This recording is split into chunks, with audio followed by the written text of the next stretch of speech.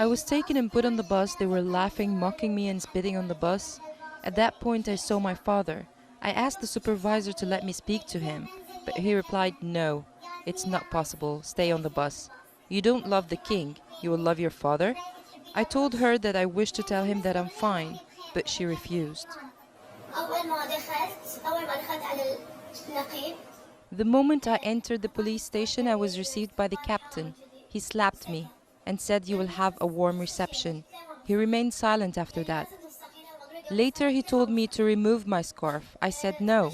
He cried out saying, "You must take it off." I told him no. He pulled my hair, taking the scarf off, banged my head against the wall. Then he asked me if I went to the Pearl roundabout. I told him no. He asked me if I joined the marshes. I told him it was only once, and I didn't stay to the end of the march. The moment I entered the police station, I was received by the captain. He slapped me and said that you will have a warm reception. He remained silent after that. Later he told me to remove my scarf. I said no. He cried out saying, "You must take it off." I told him no. He pulled my hair, taking the scarf off, banged my head against the wall. Then he asked me if I went to the Pearl roundabout. I told him no. He asked me if I joined the marshes. I told him it was only once, and I didn't stay to the end of the march. He called in one of the girl students who was with us and asked her if she knew me. We were acquainted. After that, he pulled a hose out and started beating us with it. He hit me on the head. I started bleeding. I fell down. He told the guards to keep me in the restroom.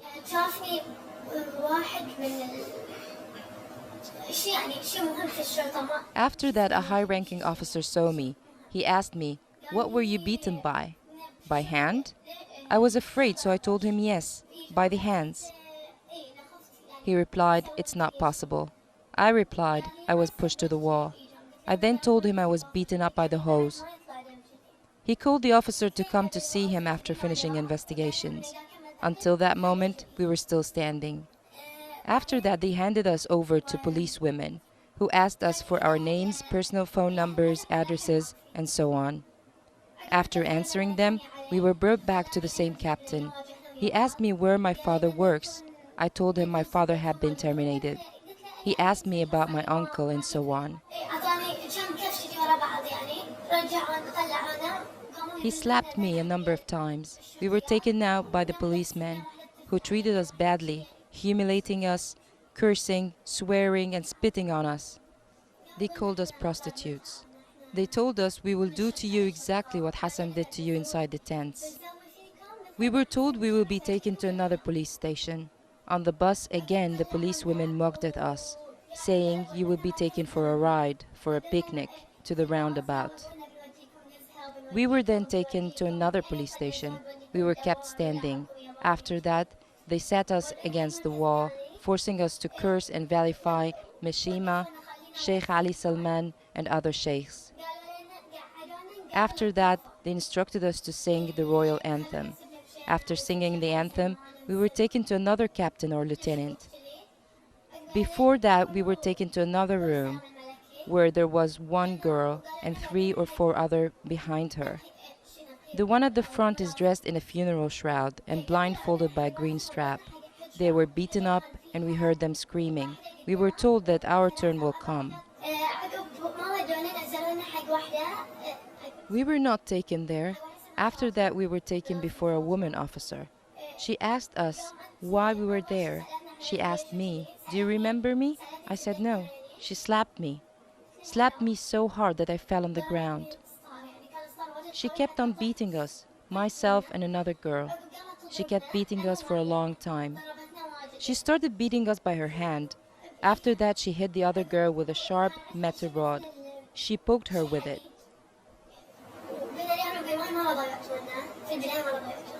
We asked for water, but we were denied it. After that, 2 men entered. One of them instructed us to sing the royal anthem. Too tired from the beating, we failed to remember the anthem word by word. So he hit us on the head using his high headband. The 2 men kept swearing at us, instructing us to chant, "Long live the king," and we did. They cursed us and forced us to say Amen.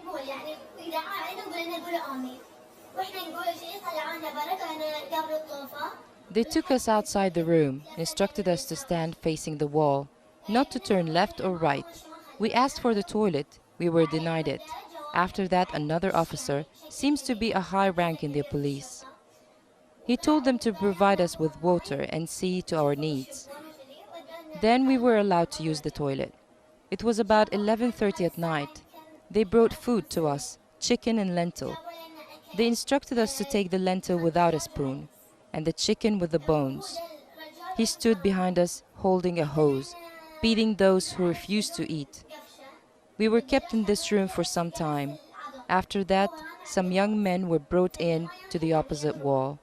One of them was brought near us. He was too exhausted and bleeding heavily, his eyes almost closed. Out of worry, we passed on some water to him. After that, we were taken away. We were told that we would be fingerprinted, and we were taken down and fingerprinted. The boy was beaten up repeatedly by any officer coming into the room. During fingerprinting, we were beaten on the hand every time we stretched a finger. We were photographed, carrying boards displaying the name, ID number, and the charge. We were not photographed in the school uniform. We were forced to wear abaya. All the way we were humiliated, sworn at, vilified, and spat on in an inhuman manner. After that, we were taken to the detention center. We were blindfolded.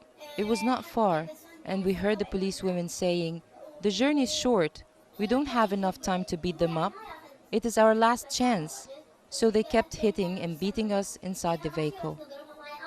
We got out of the car, and the policewomen instructed us to call our families and inform them that we are well and fine. They threatened us that if we said anything about being beaten. It was almost 1:30 after midnight. We called our families and told them that we are fine. The following day, we were told we are taken to the military court. We were first told that we will stand before the public prosecution, and it was 7 a.m. in the morning. We were not taken to the prosecutor's office, so we were informed that we will stand before the military court. We were put on the bus, informed that we would be passed on to the Saudi army. We were too afraid, unaware of what we were going to face. We were taken to an open space, full of security personnel. There was also a tent there. One of the policewomen spoke to the captain, who instructed her to take us back to the police station, and they will come to take us from there. We went back and kept waiting to see what would come to our fate. After that, we were told there was a mistake. We were detained during the whole day. The following day, we were taken back to the police station for more interrogations. During the investigations, we were badly insulted, humiliated, vilified. They adopted every offensive way with us. After that, we were released. We were not aware what would come to us, what we would face next. We, the girls, were very frightened for our lives and our futures too. We were also under duress, especially that we were beaten up by men. If we were beaten up by women, it would have been easier. Needless to say, we were touched by strange men, stripping our scarves. On one occasion, we were pushed into a sealed room and lights were switched off. We were too frightened, unaware of what would come to us. We thank God nothing happened, but we were overwhelmed by fear and fright. We were psychologically tormented.